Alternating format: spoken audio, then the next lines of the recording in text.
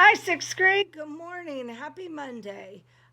We're going to go over chapter 27, Athens versus Sparta notes. Um, they were two of the most significant Greek city states. They had very big contrasting views. Um, Athens enjoyed traveling and they were eager to spread their own ideas and learn from others. Where Sparta was more isolated on the Peloponnesus Peninsula, they were kind of weary of outsiders. Um, while Athenians boasted of their art and culture, Spartans valued simplicity and strength in their warlike qualities. Um, Government, all Athenian born men over the age of 18 were considered Athenian citizens.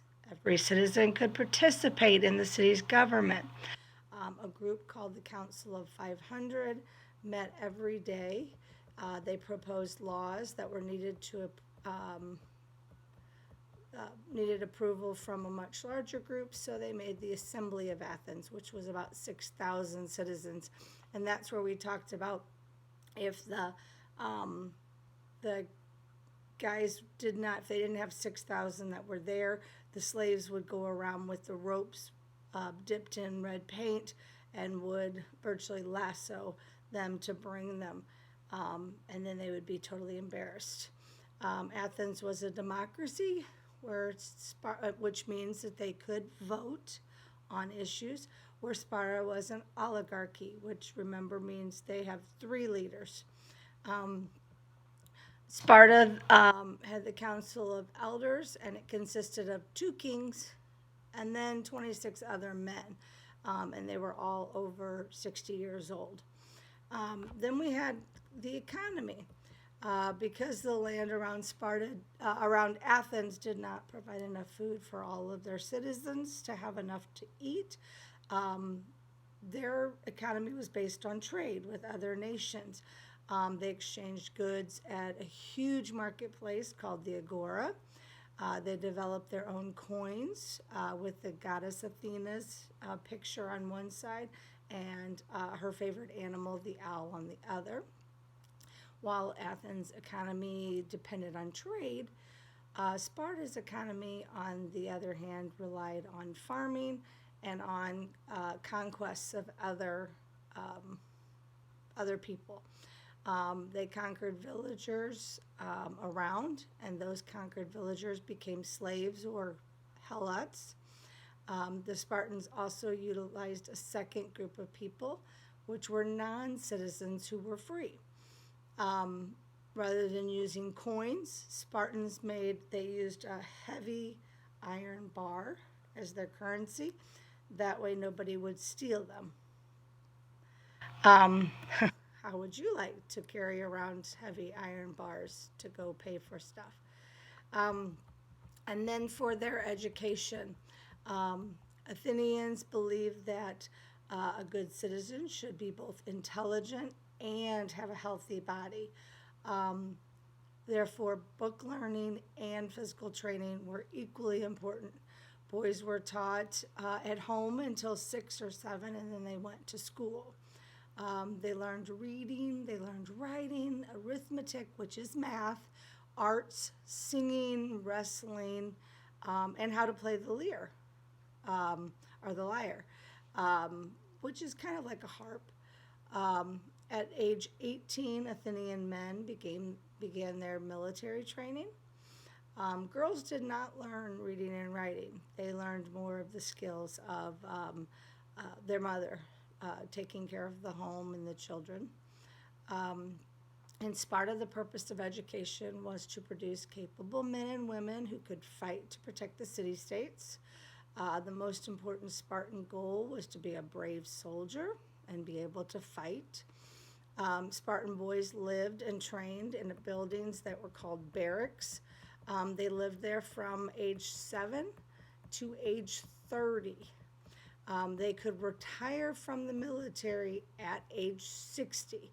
So from 7 to 30, they lived in barracks, but they still remained in the military from 30 to 60, so until they were 60.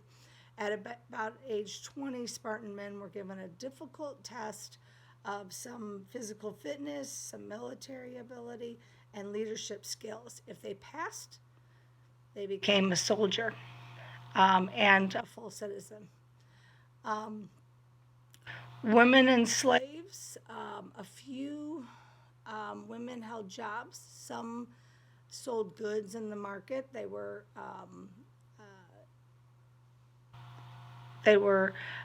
merchants. A few were priestesses, which are like priests, or like sisters. Most Athenian women had their greatest influence in their homes, taking care of their household and their children, and keeping a good house. Some people were born into slavery in Athens, while others were forced into it as captives of war. Spartan women had many rights that other Greek women didn't have. They could own and then control their own properties. They could even marry again if something were to happen to their husbands. So Spartan women had a lot more freedom and a lot more rights than most women did. Spartan slaves, the Helots, were people the Spartans had conquered. There were many more Helots than citizens in Sparta. The Spartans treated the Helots harshly because they were virtually captives. But also because they were afraid that the Helots would revolt, because there were a lot more of them than there were citizens. So they wanted to keep them down virtually. Despite the harsh treatment, Helots did retain some rights, though. They could marry whomever and whenever they wanted. If they saved up enough money, they could even purchase their freedom. Which was very important to them. That's a lot of the differences between Athens and Sparta. Make sure that you read the summary. You go through these notes again just to know the information, and make sure you do the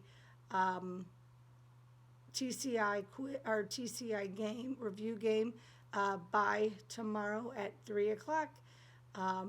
I hope to see you soon. Until next time, bye.